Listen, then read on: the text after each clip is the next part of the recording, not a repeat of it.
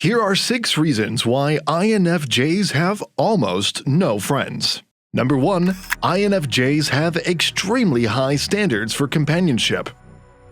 The INFJ's inclination towards high standards in relationships is a nuanced aspect of their personality that influences how they approach friendships and connections with others. Rooted in their deep sense of values and authenticity, these high standards shape the INFJ's expectations and interactions in the realm of social connections. At the core of the INFJ's high standards is a desire for genuine, meaningful relationships. They seek connections that go beyond surface-level interactions and delve into the depths of understanding and authenticity. INFJs value individuals who align with their moral compass, share similar values, and contribute positively to their personal growth. This discerning approach to relationships is not a manifestation of elitism or exclusivity, but rather a reflection of the INFJ's commitment to nurturing connections that are rich in substance and significance. They are drawn to individuals who demonstrate integrity, empathy, and a shared dedication to personal and collective well-being. The INFJ's high standards may also extend to the level of emotional connection they seek in friendships. They value deep emotional bonds and may find it challenging to engage with relationships that don't offer this profound connection. As advocates for authenticity, they are less inclined to invest time in superficial or transactional interactions. While these high standards contribute to the quality of the relationships INFJs form, they can also present challenges. The process of finding individuals who meet these standards may take some time, leading to periods of social solitude. Additionally, the fear of not finding like-minded individuals who align with their values may create hesitancy in initiating new connections. Number 2. INFJs experience energy drain in crowds. The experience of energy drain in crowds is a distinctive aspect of the INFJ's temperament. For INFJs, large social gatherings and crowded environments can be emotionally and energetically taxing. This reaction is deeply rooted in their introverted nature and heightened sensitivity to external stimuli. In bustling social settings, INFJs may find themselves quickly overwhelmed by the influx of sensory information, sounds, conversations, visual stimuli that bombards their senses. This heightened sensitivity, combined with their introverted disposition, results in a rapid depletion of their energy resources. The sheer volume of interactions and intensity of the environment can be mentally exhausting for INFJs. While they may excel in one-on-one or small group conversations where they can foster deep connections, navigating through a sea of people can feel like an energy-draining challenge. To be clear, energy drain in crowds is not a reflection of a dislike for socializing or a lack of social skills. Rather, it is a reflection of the INFJ's need for solitude and quiet spaces to recharge. In these moments of solitude, they can process their thoughts, reflect on their experiences, and regain the mental and emotional energy needed to engage meaningfully with others. Crowded situations may also trigger the INFJ's empathetic nature. Being attuned to the emotions and energies of those around them, they can absorb the collective mood of a crowd. If the atmosphere is tense or chaotic, this empathetic absorption can contribute to their sense of fatigue. Number 3. INFJs are scared of rejection. The fear of rejection is a profound and complex aspect of the INFJ's inner world, influencing their approach to relationships and social interactions. Rooted in their deep emotional sensitivity and desire for meaningful connections, this fear can significantly shape how INFJs navigate the complexities of forming bonds with others. At the heart of the INFJ's fear of rejection lies a deep investment in their relationships. INFJs approach connections with authenticity and vulnerability, often baring their innermost thoughts and emotions to those they trust.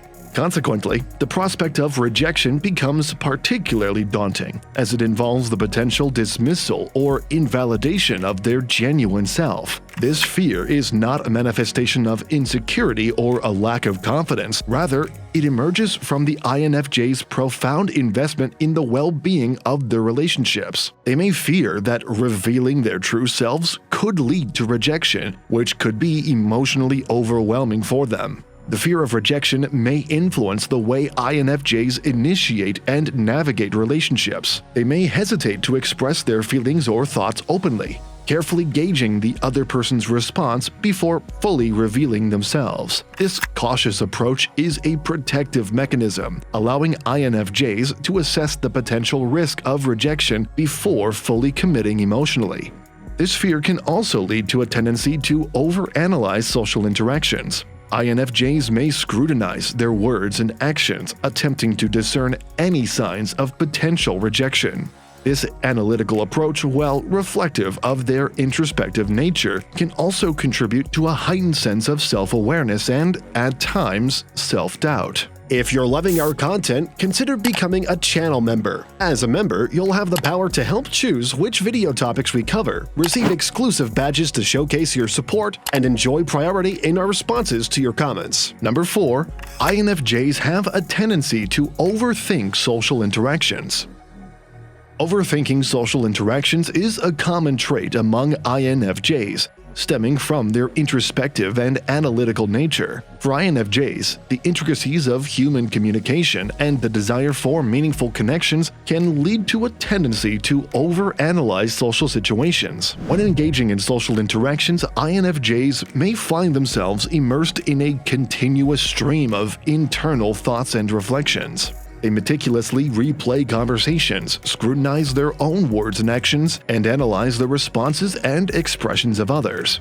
This overthinking is not driven by a lack of social skills or awareness, but rather by the INFJ's commitment to understanding and fostering genuine connections. The overthinking process is fueled by the INFJ's deep empathy and sensitivity. They are tuned to subtle cues, both verbal and nonverbal, and may attempt to decipher the underlying emotions and intentions of those they interact with. This heightened awareness, while a strength in understanding others, can also contribute to a heightened self-awareness that may border on self-critique. Additionally, the INFJ's idealistic approach to relationships adds another layer to their overthinking tendencies. They may strive for perfection in their interactions, aspiring to create an environment of harmony and understanding.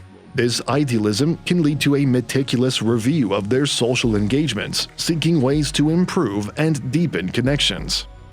Number 5. INFJs feel discomfort during small talk.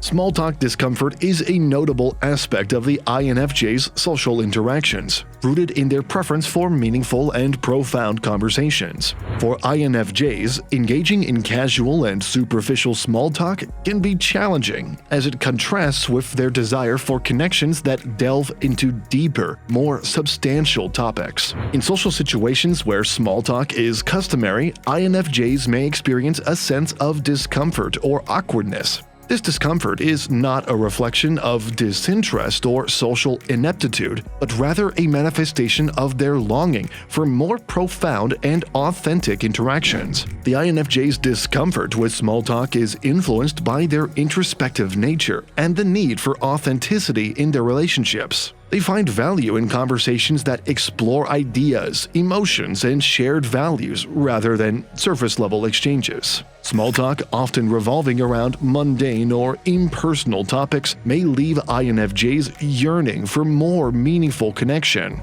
On top of that, the intensity of the INFJ's empathy plays a role in their small talk discomfort. They are attuned to the emotions and energies of those around them, seeking genuine connections that resonate with their empathetic nature. Engaging in small talk can feel emotionally draining for INFJs, as it may lack the depth and authenticity they crave. This discomfort with small talk doesn't imply an aversion to socializing, but rather a preference for more substantial conversations. Number 6. INFJs can be too idealistic. The interplay between idealism and reality is a profound and constant theme in the life of an INFJ. Rooted in their visionary nature, INFJs possess a rich inner world shaped by ideals, dreams, and a deep sense of purpose. However, navigating the complexities of reality often presents challenges as their ideals encounter the practicalities of the world around them. The idealistic mindset of an INFJ is both a strength and a source of internal conflict. They are driven by a vision of a better world, one characterized by empathy, understanding, and harmony. This idealism extends to their relationships, work, and broader societal structures. INFJs strive to create environments that align with their deeply held values and aspirations, yet the collision of these ideals with the realities of life can evoke a sense of frustration or disillusionment for INFJs. The imperfect nature of the world may challenge their lofty expectations, leading to moments of internal conflict. Navigating the space between their ideals and the pragmatism of reality is an ongoing journey for INFJs.